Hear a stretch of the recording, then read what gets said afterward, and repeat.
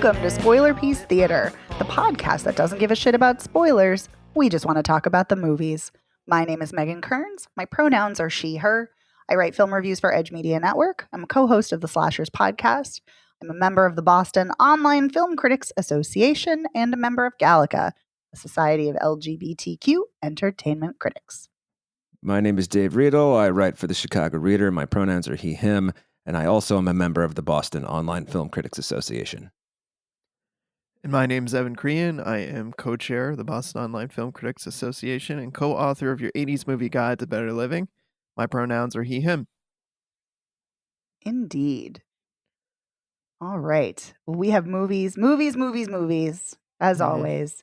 And I said this on Patreon, but Dave, we're excited you are back. Thank you. I was like, whenever one of us isn't here, it just feels weird. Feels good, but off. Because anyway. But speaking of Patreon, go check that out if you're a patron. And if not, consider joining because we have a lively discussion about this week's bonus episode about Norman Jewison's The Thomas Crown Affair. Where we had some feisty opinions. Definitely a scorcher. It was an affair to remember. Let's just say that. Yeah, it was an affair to remember. True that. Oh, maybe we should have talked about an affair to remember. Yeah. It's on the short list. Nice. But yeah, so go check that out. And for $5 a month, you get access to weekly bonus episodes. Okay, now to this show, the main episode, and the movies we'll be covering this week. We're going to be talking about The Taste of Things, and we're going to be talking about Scrambled. We're going to kick things off with The Taste of Things, which Dave and I both saw. It is a French period piece starring Juliette Binoche. It's directed by Tran Anh Hung. It also stars Benoit Magimel. And here is the synopsis from the press release. Set in France in 1889, the film follows the life of Dodin Buffon as a chef living with his personal cook and lover, Eugenie. Ooh. They share a long history of gastronomy and love, but Eugenie refuses to marry him, so the food lover decides to do something he has never done before, cook for her. Oui. C'est vrai. It took me, I should say, it took me a long time to realize that then when they were calling Dodin the Napoleon of gastronomy or whatever they were calling him, that they weren't being facetious. I was like, oh, he is a chef. Right. So, yeah. Oh, well. So since you've started, Dave, what did you think of this? Oh, I loved it. Loved it. Are you surprised No, I knew it. As I'm watching it, I'm like, oh, Dave's going to love this. A 2 hour and 15-minute heavy drama. In a different language, yeah.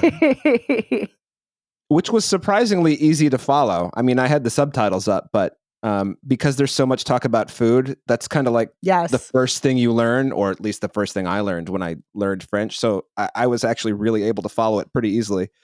I don't know if I could speak any of it, but yeah. So, yeah, what did you think? It was okay. Yeah, it was all right. I mean, funny enough, I felt the same way that I could follow more. Sometimes, like, I wasn't looking directly at the screen, and I was like, "Oh, I know what they're talking about." Like, yeah, it was because my French is vastly inferior to yours. But I did recognize certain phrases, certain words. So that was kind of nice. And yeah, I like Juliette Binoche. I think she's good here. I like the rapport the two of them have. They feel very natural, and which also I think is funny since they are former partners, like long time. Yeah, like a long time ago. I was reading something about her and I saw that. I was like, wait, what? So I thought that was kind of interesting. Because they do have a familiarity with each other. And I was like, wow, this acting is so great. And, who knows? Maybe they hate each other now. So maybe it is still really fantastic acting. But yeah, but they feel like they know each other. And I really liked I can't remember the girl's name, but the younger girl who wants to be the apprentice. And she's really fantastic. Like her palette is really incredible. That was Pauline. Yes, Violette thank you. was the older one. I remembered Violette. I couldn't remember Pauline. So thank you. Yeah, so I liked that. And I like that the way the film opens, like it has a really languorous rhythm to it where it's beautifully lit and you're just watching them cook and you're just watching them like, cut vegetables and ladle sauces and simmer things, and it just has a like I almost took a nap about 10 times during this movie because it's so relaxing. I was just like, yeah, it like lulled me into this really calm state, and I was like almost so much so that sometimes I'd be like, wait, what's happening, what's going on? But yeah, so it's a nice movie, which kind of sounds like a weird way to describe it, but it is. It was a nice experience. It's beautifully lit, beautifully shot. It's a lot of discussion of food, but discussions about life and food. And yeah, it's just a really nice film. It's slow, but I didn't mind that. Yeah, I mean, I think one of the reasons that it works for me is whether I don't think that I would call it deliberate. That's what I would call it. That's a great choice. That's a great descriptor. And this movie is very content to just sort of like skate along as if it's a very like a 9-course tasting menu that you're having. Yeah. Yes. That's an excellent analogy. Thank you. And that's kind of funny though. So many of the dishes they're making are kind of the epitome of haute cuisine, which is totally out of fashion now. So to watch some of it being cooked, it's just like, Jesus Christ, how many giblets are in this fucking dish? So yeah. The one where he's taking like the is that a pheasant? I can't remember the bird that he prepares for her at the end. It's either a quail or a pheasant. I can't remember. But pheasant is bigger. Quail. So that's what I was going to say. It's probably a pheasant because quail are so tiny. I was just like, Jesus. And when she puts that grouper and the cream, and I was just like, oh my God. Like, now I remember why I don't eat like fish. Shellfish, fine. But I don't want to see their fucking faces. So, faces looking at you. Yeah. So but anyway, you know what did look good? That dish that I think is it the pot-au-feu? It's the one with like it looks like a soup bread bowl and it's like circles of bread and it like that one has like vegetables and like a cream broth. Yeah, well, a pot-au-feu is it's like literally boiled. It's literally like a pot of boiled meat, and done very nicely. Right. Maybe it's not that, but anyway, it's pot something. But anyway, the bread bowl thing though did look great. That looked good. Had that little nice frisée with olive oil on top. Ooh. Yeah, that looked really delicious. Yeah. I mean, one of the things I think this movie has working against it is the fact that it's a pretty trite's not the right word because it's not trite. But it's kind of a trope, I guess, in the sense that, we're seeing all of this food and all this care going into food, but it also means something else. So, wink, wink. Like it's not an especially deep movie, but at the same time, you disagree. I mean, I'm surprised. I know what you're saying, and you're right. It's not, but also it kind of is. I mean, because it's dealing with her dying and her like on death's door. So. I guess what I mean when I say that is the content of their conversations is not the most scintillating thing I've ever heard. No, you are right. And like she falls down or she kind of loses her balance with whatever ailment she has. I'm going to guess some kind of undiagnosed cancer. That would be my guess. But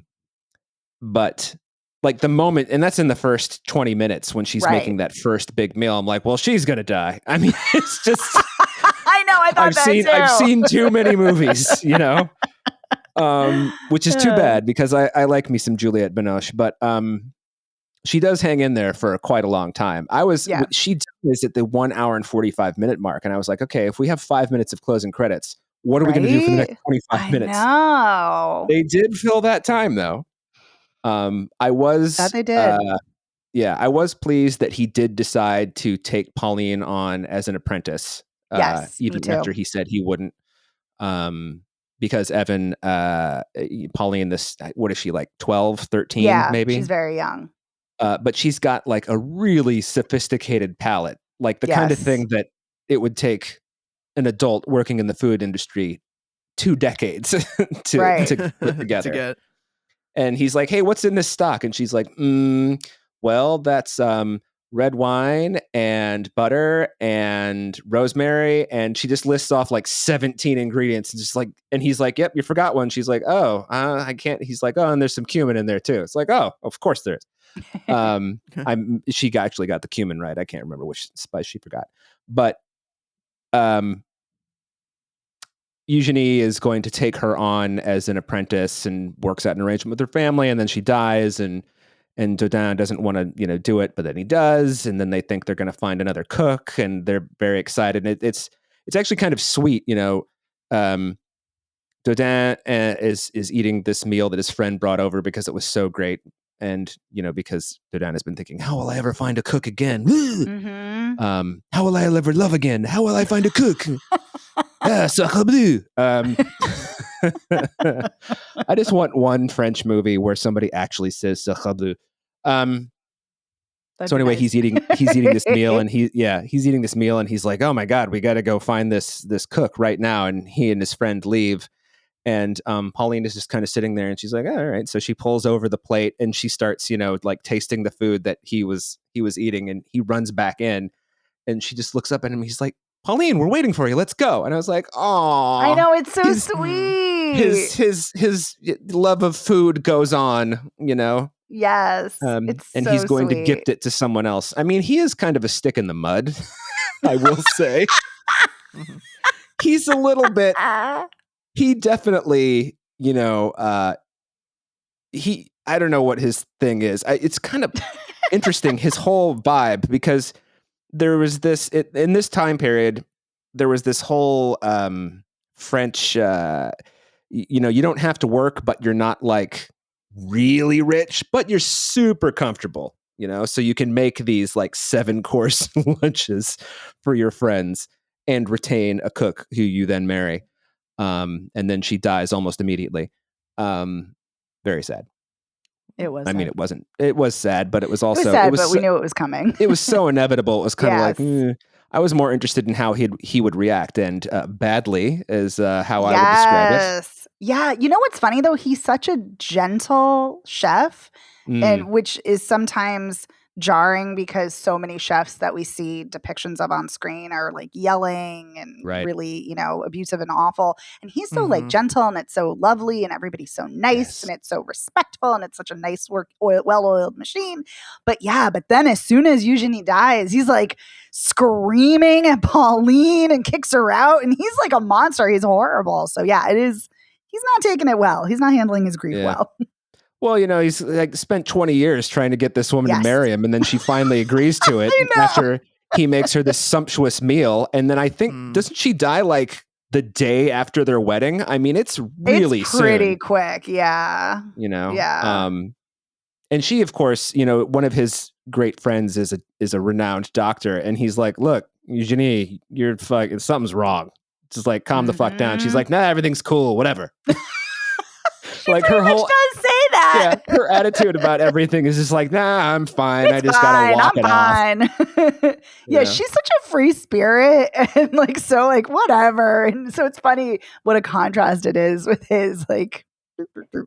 Yeah, it is funny though that she says right before she agrees to marry him, she's like, well, sometimes when you come up to my room, the door is locked, and he's like, it's locked more than I want it to be, but I understand it's locked. And she's like, well, I feel like if we get married, then I wouldn't be able to lock my door ever. And he's like, huh. You don't say. But what I do love is that kind of imagined or flashback conversation at the end where she's like, am I your wife or am I your cook? And she's like, and she basically is like saying like, there's one answer I want. And he says, well, of course you're my cook. And she's like, yay. And she's like so excited. I love that. Yeah. So, I mean, this is definitely the kind of movie that you have to deliver. You're not just going to walk into the cinema and be like, well, what's on today? And let me watch this movie called The Taste of Things. I know who Juliette Binoche is. You're not going to do that. So you've got to go out of your way to want to see this. So if 2 hour, 15-minute French dramas where people are like, there is so much blanc in this, then that's not your movie. But if you are into that sort of thing, as I am, then it's probably right up your alley. I will also say this is a beautiful movie to look at. It's gorgeous. It is exquisitely photographed. Mm-hmm. Mm-hmm. I mean, it's really kind of amazing how, now I'm sure that they shot this, it looks like they shot it in a chateau, because there are 8 billion chateaus. France has 55 million people, but it has 85 million chateaus. so many chateaus. Too many chateaus. That's right. But there are definitely scenes where, you're seeing that bright, warm sunlight come through the window, and you're like, I know that's like 8,500 Klieg lights outside that they actually made look orange. It's amazing. So, it's just really, really well done. Yeah, very sumptuous looking film, from the food and the lighting. Yeah, and there's a fluidity to the camera work. Yeah, I agree with you. I think that's its greatest strength, is how how gorgeous it looks to watch. And I was also going to throw out there, this is kind of not really all that important, but I do want to get it on the record. Many movies about food, or movies that take place in dining rooms, are people like screaming at each other. Like that's when the family has the huge fight, which we will talk about in our next movie. And this is not that. This is like, the dining room is a place of respite from your worries and cares. And hey, check out this rabbit. Actually, I don't think they cook any rabbit. But yeah, no, I don't think they do, surprisingly. But yeah, no, you're absolutely right. I mean, listen, I love a good fight scene at dinner, but but this is not that movie, and it's nice. Like, it's like a warm bath. It's like spending a day at the spa. Like, it's just like, even the fact that she dies, which is really sad, like, it's still like, there's like, it's just such a lovely, relaxing movie. Yeah, very well done. Mm-hmm. So that's where I come down. Yeah, I think you come down well on it. I agree. I don't think I loved it as much as you, but like I said, it was a nice, relaxing, calm movie, which was a nice experience. In contrast, patrons and not patrons, if you go over to our Patreon, in contrast to the Thomas Crown Affair, which is an hour and 45 minutes that feels like 3 days, this is 2 hours and 15 minutes that you feel the length of this movie, but you're not like, oh, fucking speed up. You're just like, oh, this is how long this movie is, whatever. It's one of those kind of movies. Yeah.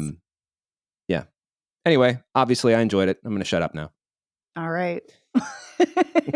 Well, let's transition to our next film, Scrambled, which is a comedy written and directed and starring Leah McKendrick. And let me give you the synopsis from the press release.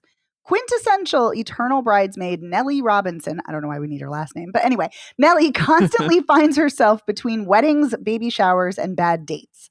When she begins to feel like the clock is ticking and is faced with bleak romantic prospects, she decides to freeze her eggs, setting her on an empowering journey to a brave new world where she ultimately discovers the one she's looking for might be herself.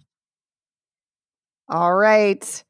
Let's get so that is exactly what happened. So the movie opens and it kind of feels like a pretty raunchy comedy, like kind of Bridesmaids-esque, and like her best friend who's a bride wants her to like give her cocaine and Molly, and because she's freaking out, and then she finds out her friend is pregnant, and so Nellie makes her spit out any drugs, and she like loves being the bridesmaid and having special like entrances and dances and all that.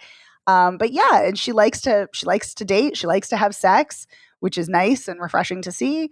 And all her friends are, moving on and having babies and getting married. And so she's questioning her choices. And because she's 34, she decides to freeze her eggs. And we see the struggles with that, the obstacles and so on and so forth, and how that impacts her relationships to other people around her, including her family, her friends, and dates. So, all right, Evan, since we have not heard from you yet, what did you think of Scrambled? I thought Scrambled was okay. I liked some of the jokes. A lot of the jokes didn't land for me. I think that's because I felt like it was trying a little too hard to make them land. Like, I feel like there were a lot of jokes that were I'm trying to be outrageous or crass and just like trying to get a laugh. Agree.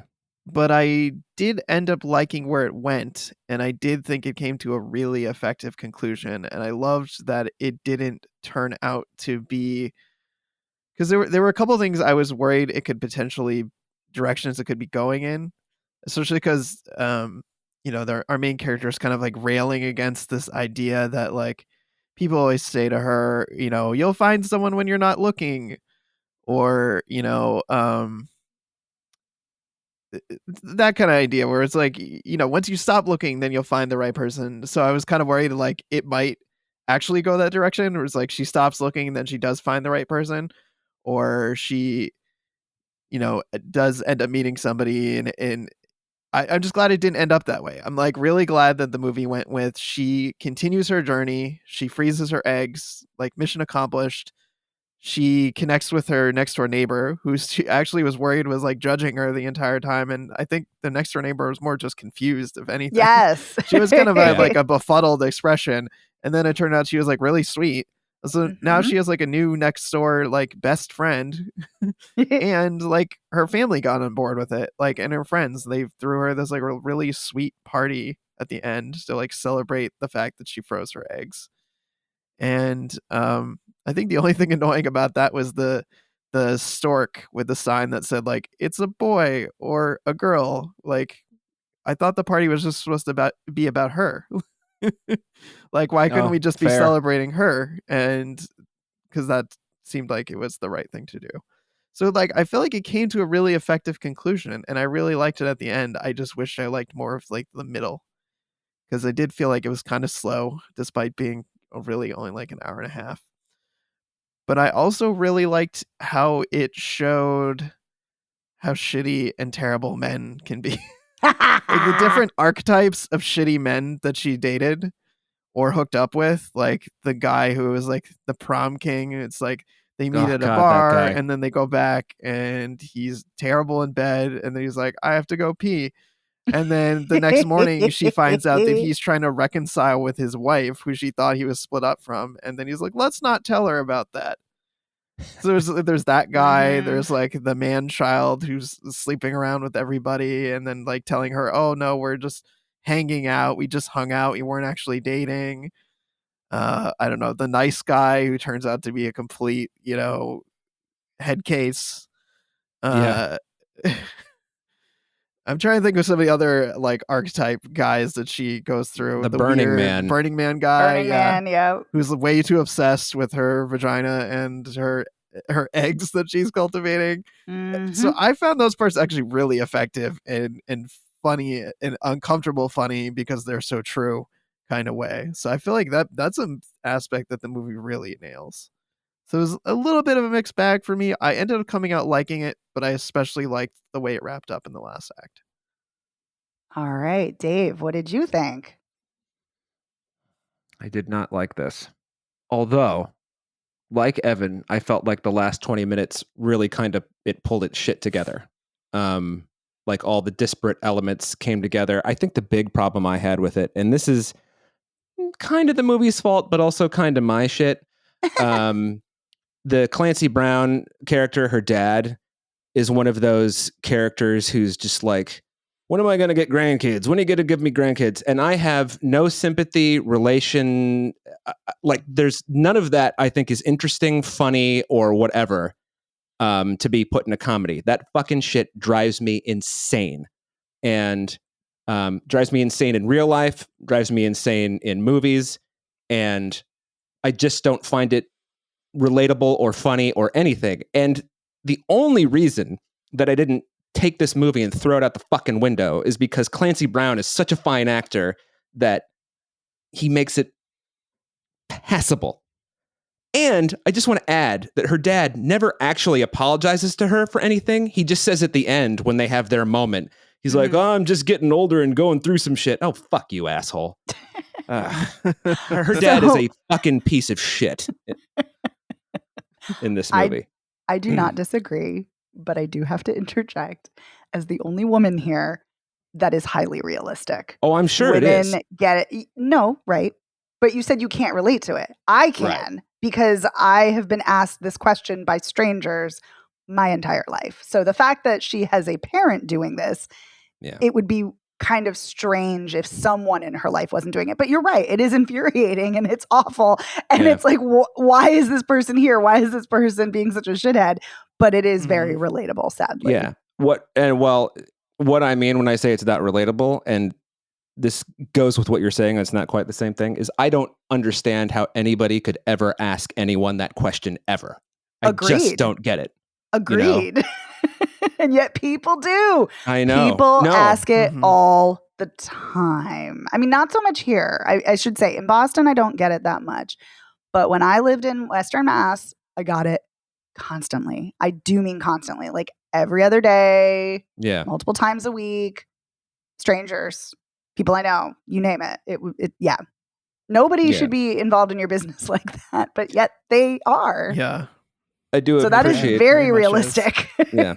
I do appreciate that they had the big angry dining room scene where the brother, who is also an asshole, and the mother get on board with her and tell her father, hey, shut the fuck up. What's wrong with you? Yes. I love that. I loved that too. And because I think the brother actually says, he's like, you're on your own on this one, Dad, or something like that. Mm-hmm. And then her brother turns out to be a decent person, which, okay, fine. But he sucked for the other 4 scenes he's in.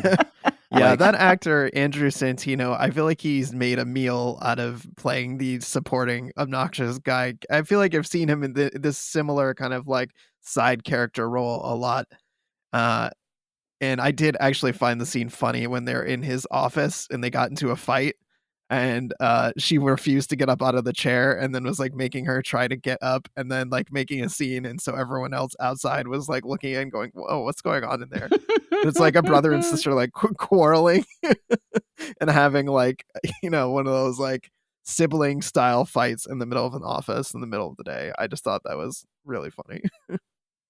I think I would agree with you, except it was gross that he wanted to own her eggs. Oh, totally. Yeah, that was gross and weird. And I kind of like in the back of my mind was like, I don't think he remotely even plans on doing this. I feel like he's just being a dick. And then he was just being a dick. And he really was like, no, don't pay me that money back. Like that's a gift. And also, of course, I don't want eggs. your eggs. Right. Yeah, I'm glad that we had that moment later in the movie. Yeah, he needed a redemption scene, which he got badly. But I sort of liked the montage of guys that she dated, the archetypes. Although when Adam Rodriguez showed up, I was just like, well, here's the worst actor who's ever lived in a scene trying to be.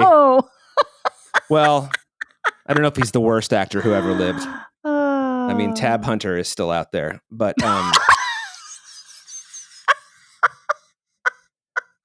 but anyway. I didn't kind of expect a raunchy comedy, which we kind of got. But like you, Evan, I really felt like it was trying too hard to be funny. And the funniest thing to me happened in the first 5 minutes when the bride, Ego Odom, is freaking out and looking for cocaine. And she asks Nellie, the fuck are you, like, you look like trash, bitch. The fuck are you wearing? And then Nellie says, the bridesmaid's dress that you picked out, And I was like, that made me laugh. I don't really think that I laughed again. But when it kind of becomes a sort of sensitive drama in the last 20 minutes and you realize the effect, you've just heard her say that she and Sean are broken up and you don't really hear anything else about it. And when she finally explains how devastated she was over that, then I was like, oh, you are a human. Okay. And now this is all starting to make more sense. I really wish I didn't have to sit through that hour to get here, but okay. It's, also any movie that's called Scrambled, I question the logic of that, but. What's the egg metaphor? No, I get it. I get it. I'm not saying you didn't get it. I'm just saying it's carrying the egg metaphor. Yeah, it's with a sledgehammer. I mean, so. I mean, this movie's not subtle. Do you think there's intentionality in casting Ego Odom in this? Oh, hey, you never know. Anyway, Megan, what did you think? I liked this a lot. So, but I get what you guys are saying. I don't agree, but I get what you're saying. I do think that the film works better in its dramatic moments, especially by the end. And it starts off rough. It does. It starts off very rough. But yeah, I really liked Leah McKendrick in this role. This is a semi-autobiographical story for her because she froze her eggs a few years ago. And to me, it's very clear that this was coming from a personal place because there are not a ton of movies that deal with infertility. I mean, they're out there from various genres like Children of Men, obviously, and sci-fi, and you have False Positive in horror, and then you have Tamara Jenkins's phenomenal Private Life starring Kathryn Hahn about a couple who are dealing with infertility and IVF. But yeah, so they run the gamut. And so it's not like there are not other films dealing with infertility or with fertility issues, but this is one of the few because there are a lot of films that have it kind of in the background or have characters who talk about it maybe, but this is like the whole focus of that. And I really liked that and appreciated that because I think we need more films that are talking about it and focusing on it, and focusing on the fact that women often deal with biological clocks and societal expectations and demands of having children, and women are shamed for not having them either through infertility or just being child free by choice. So, and if you're single, that's also shamed. So like, it was really hitting home for me because I've dealt with not the fertility issues, but I've dealt with everything else that she has dealt with. The other things I really liked that there's condom use in the film, which is not always something you see when people are having sex. I love that we see her taking Plan B the day after she has sex with the prom king. Yeah, I love that because as someone who has Plan B next to my bed and my nightstand at all times, I love that because and there's no big thing about it. There's no big conversation. She's popping it and that's what's happening. And I love that. And so that's really appreciated. It's really normalized on screen. And I love that. I actually did laugh. I wrote down the parts because I never remember what makes me laugh, but I did. Like when June Diane Raphael is talking about, like, if you're dating a guy who has pubes in his shower and the Scarface Fight Club poster, Reservoir Dogs poster, because it's so true. It is such a cliche. It's a vibe. It's a cliche for a reason. And so that, like, I thought that was funny just because it is so true.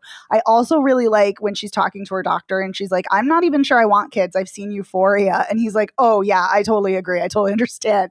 And it's like, Euphoria is nuts. And so I thought it was just a funny reference. So there are parts that I just thought were humorous. I don't think this is like laugh out loud funny, but comedies are hard for me. I tend not to find a lot of things that laugh out loud funny. I found this amusing. But yeah, I really, and you guys already talked about this, but I love the ending.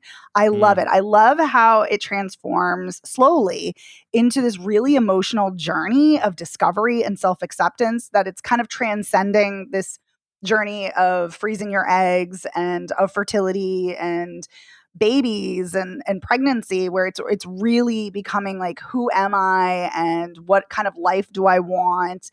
And, can I rely on myself? And I love how she talks about intentionality, that this is the one thing she's done in her life with this much intention. And I love that. And I love the letter she writes to the frozen eggs. Like, I hope it's cozy where you are, like Tahoe with hot cocoa. Like, that was just so cute. And how she says they gave her wonderful gifts of time and possibilities and peace, like peace of mind. Like, that's just it's so lovely and so poignant, and I really, really loved that.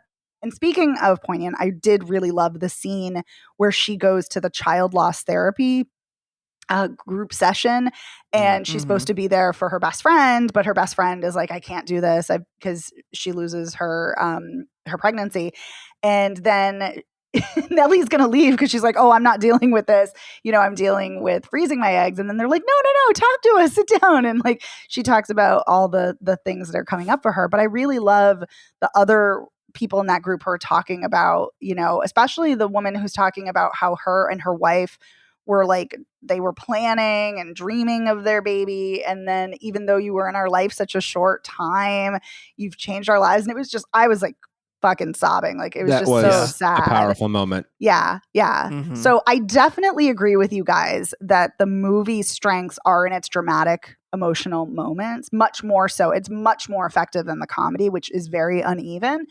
But yeah, this really won me over I don't want to say very slowly, but slowly. And I did enjoy this much more than you guys did. Maybe because I can relate to it more. I don't know, because like I said, I've had those experiences where people are asking you really fucking inappropriate questions about babies and your life and when are you going to get married and shit. And it's obnoxious and awful. And nobody should be asking anyone anything about those kinds of things. Exactly. Yeah. And on a side note, I really liked that there were so many familiar actors in this. Like, I love Brett Dieter, who's from Jane the Virgin. He plays the nice guy. And I love Yvonne Strahovski from Handmaid's Tales in this. And the woman who plays Ember, she was on The 100. And yeah, so there just were a lot of familiar faces that I'm just like, oh, I know you. Obviously, besides Clancy Brown, who is, I agree with you, Dave, he is such a fine actor. And her mom is played by the woman who I cannot think of her name, but she was the nurse on ER Noir. forever. Yes, yeah. Exactly. And she was great. So yeah, so I liked seeing all those familiar faces. There was a guy in the background who never says anything who was on Glee.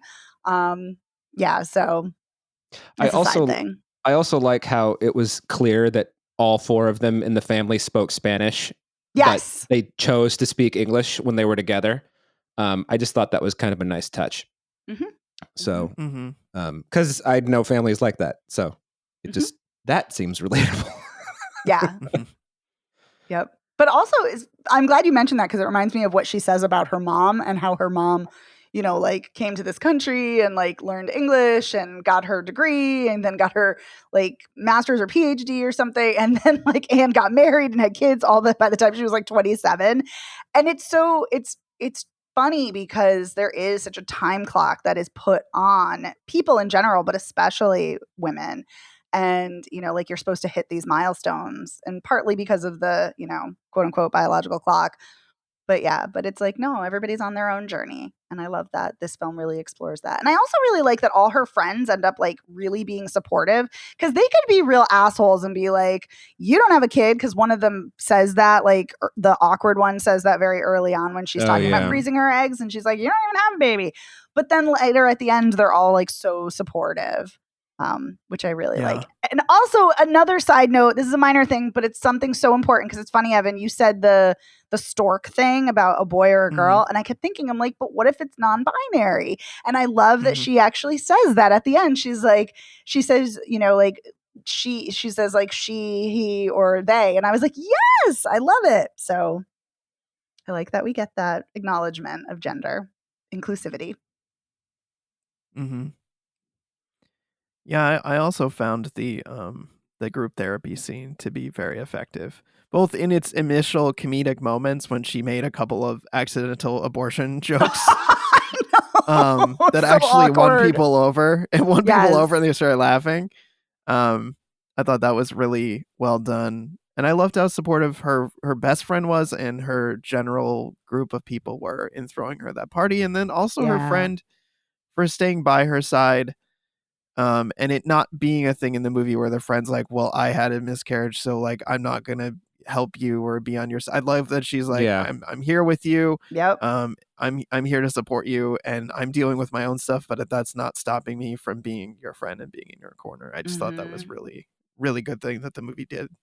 I agree with you, but I love that Nellie is like, are you sure you're okay to take? Like, I love that she's checking in with her and she's like, of course I'm taking you. Like, yeah, I agree. It's such a lovely friendship. Really supportive and lovely. Yeah. I do wonder what that credit sequence was though. Because there's the dance party, dance scene or whatever, but it's not Ego Wodom's wedding because she's not wearing the wedding dress. She's wearing what she and Nellie look like they're wearing bridesmaids dresses. I don't know. It's like, is this a different wedding? What are we doing here? Maybe it was the one that she was asked to be at. Was when she? She runs into the prom king guy. Oh, yeah, she was asked to be a bridesmaid. Yeah. Right. Yeah. So maybe it was that one. I don't know. It just seemed, it was an interesting sort of non sequitur. Yeah. Given what I had feel the come same before way. Maybe it almost feels like, well, we filmed a dance sequence, so let's just stick it in.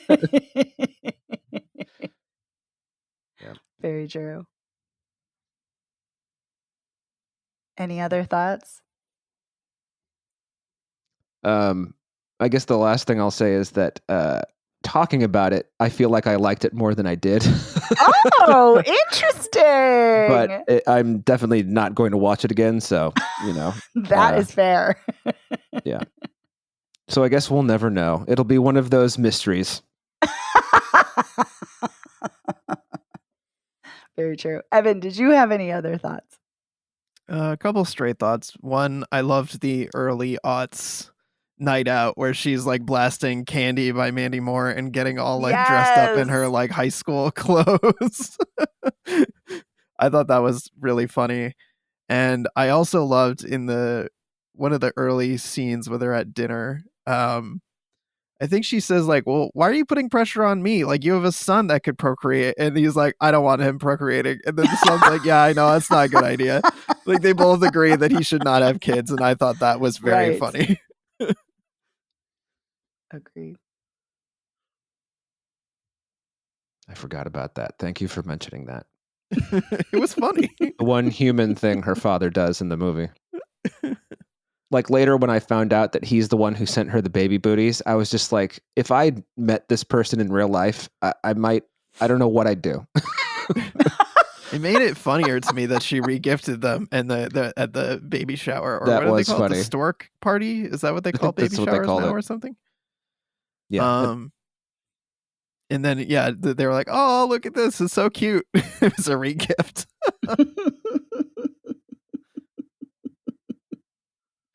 All right. Let's do a recap. So, The Taste of Things opened in theaters in New York and LA in December of 2023, and it is now opening wider in theaters. Dave, I think it is safe to say you would definitely recommend it. If it's your kind of movie, yeah. This is definitely your mileage may vary, but for me, my mileage it exceeded, the estimated miles per gallon. So. Mm-hmm. All right. And yeah, I feel the same way. I feel like your mileage may vary, but it is a very nice, relaxing beautiful food movie. Yeah. All right. And Scrambled is out in theaters now. What would you guys say? Would you recommend it? Would you not, considering the mixed feelings you had? Evan, what do you think? I thought you looked like you were poised to say something, so I was like, no, okay. That's just my face. Gotcha. I would say see it still. I think even though I felt like it was uneven, I think it came together effectively enough at the end to recommend it for me. Yeah, I think that this is one of those movies that it really, it's so, your tastes inform whether you're going to like this a whole hell of a lot. So I can't really say, I can't recommend people I know who are like me and want to, do harm to the Clancy Brown character. Yeah, avoid this movie.